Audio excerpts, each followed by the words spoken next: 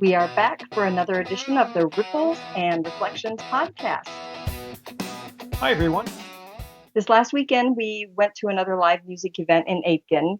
We've come accustomed to heading down to the terrace and enjoying some music from bands that we might not have heard from before. And it gives us a nice variety to listen and see the entertainment. This last weekend, however, was a band that we are well familiar with. It was Jay Bell and the Lazy Susan Band.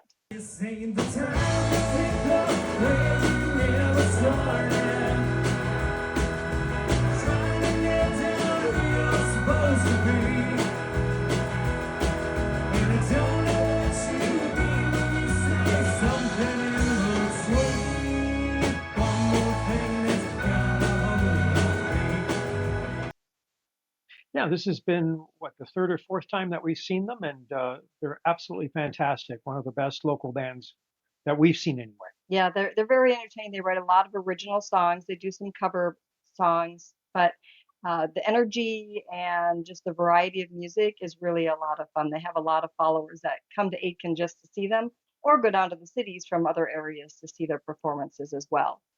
And over the summer, we went to more live concerts, which included Roger Clyne and the Peacemakers, which Jay Bell opened up for earlier this summer. We really like music, don't we, Jorg? Yeah, it's been great to get back into the scene.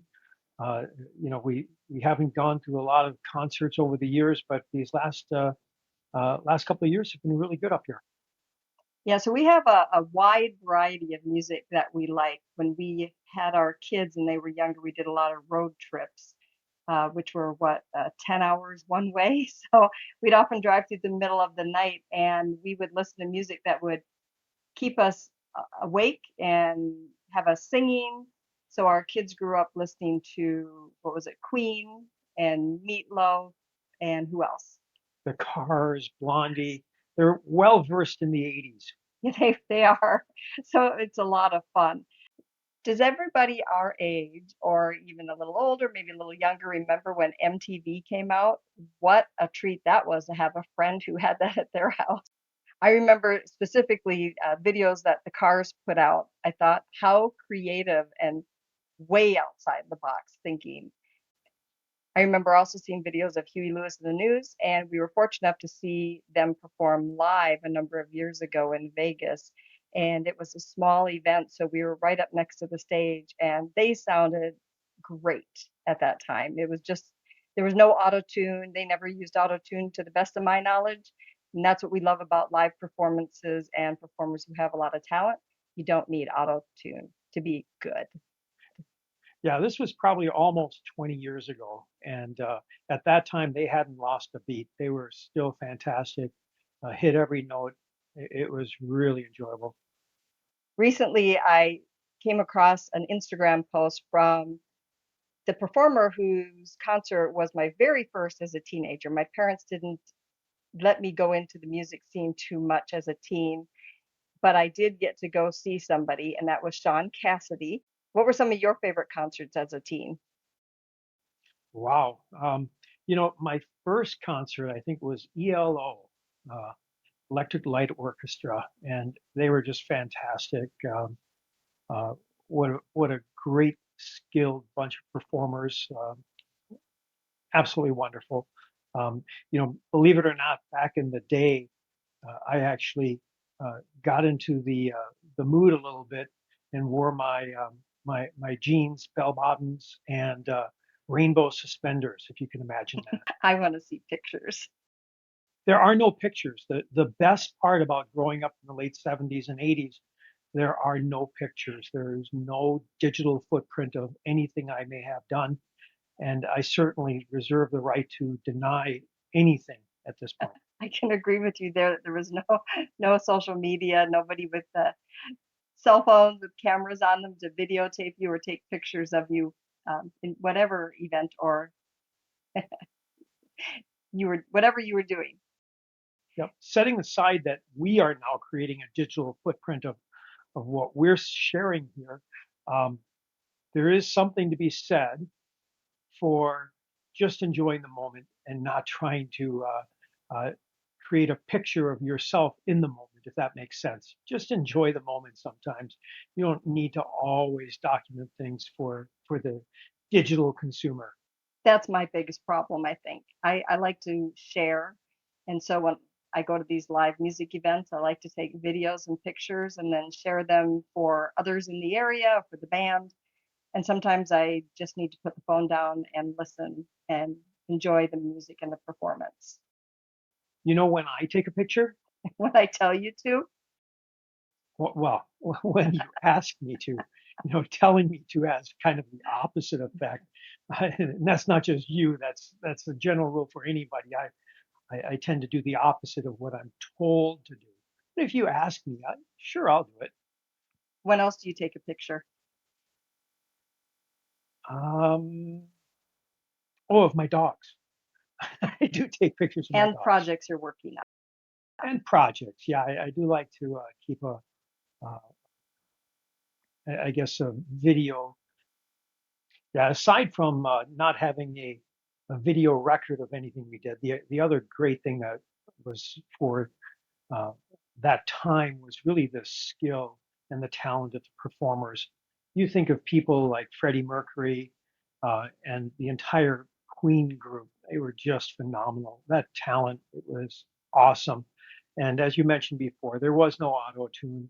It was pure skill and dedication and practice to the skill, right? To their craft. Um, uh, but everyone at that time, whether it's the Eagles or whether it's the Cars, whether it's Blondie, you name it, those are some of my personal favorites.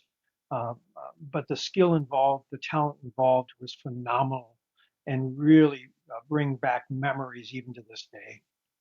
Yeah, a lot of those songs are still on my workout playlist. It gets you going, and whether I know the words or not, I don't care. It's familiar to me. Of course, a lot of we like country music, so we have a lot of country artists on our playlist as well. And until I met you, I had never listened to classical music. But when I was studying for my degree, I found that that was the only music that really brought me calm, but only if it's instrumental. I really don't care to listen to somebody sing because that's why I couldn't listen to my own music, my own list, because I was tempted to sing along. But classical, it's just pure artistry with the orchestra and all the instruments. It's very soothing to me. Very relaxing, comforting. It is. But yeah, it's nice that we have a rather eclectic repertoire of music.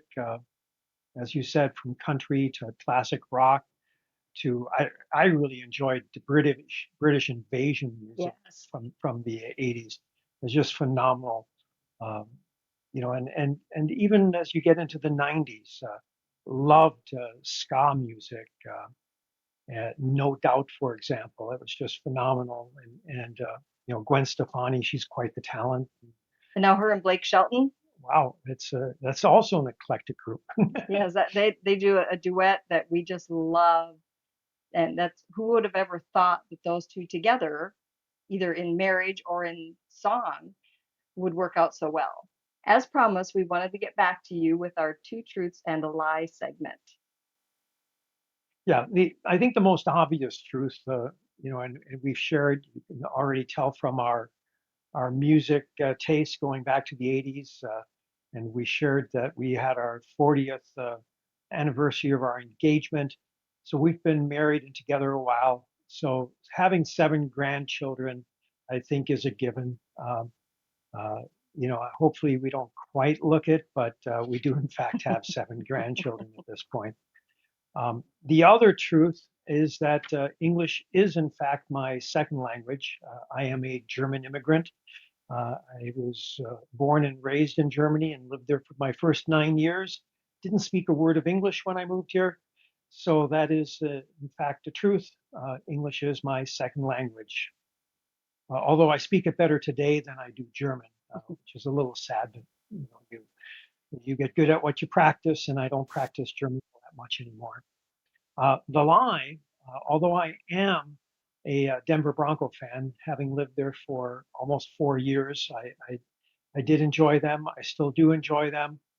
I think they have a pretty good team this year, setting aside the fact they got beat this last weekend. Um, but I did grow up here, starting with the age of 10 anyway, and have been a Minnesota Vikings fan ever since. 50 plus years of ultimate disappointment, but I am in fact a Minnesota Viking fan first and foremost. And I'm very proud of you for saying that after their performance last night. What can you say? It's a rookie quarterback. They're going to have their ups and downs, and probably more downs than ups their first year. Um, so yes, I am hopeful for a pretty quick progression uh, from a skill level and a performance level. But yesterday was not a great day. Although it really wasn't completely his fault. We're very shorthanded, especially on the offensive line. And if you can't get protection as a quarterback, it doesn't much matter whether you're a rookie or a veteran. Although a veteran can kind of get around some of these things a little bit more than a rookie can. They had a lot of cards stacked against them last night, but they'll get there. I Yep. have faith. My two truths and a lie. I started out by telling you I attended Army War College, which I did, but not as a student, as a civilian guest for their final week. I was nominated by a colonel who knew my daughter when she was in the military at AIT training there at the time. And I was accepted after I applied, and I made some really good friends from the experience. And I will never forget it. I'll always cherish it. One of the other things I told you was that I had my own line of neckties, which in fact was true. I had my own line of men's neckties hand stitched in Italy from a small company, family owned. I used to sell men's neckties on a website of my own, and it was a niche that I had for many years. And after having it for many years, I decided to pursue designing my own, picking the fabrics and creating the styles and the lengths. And I also included bow ties. It was a lot of fun. So the lie that I told was that I recorded with a band as a backup singer on a CD. Not completely true. I did record a CD with my girls when they were teenagers because it was an experience I wanted to give them and one I wanted to have for myself. So we found a recording studio and an assistant to help us with all of the technicals. And we spent the day recording downtown in this small studio, but it was a lot of fun and what a great experience we had. Well, this wraps up another edition of the Ripples and Reflections podcast. We thank you for listening or watching us. Yes, and until next time.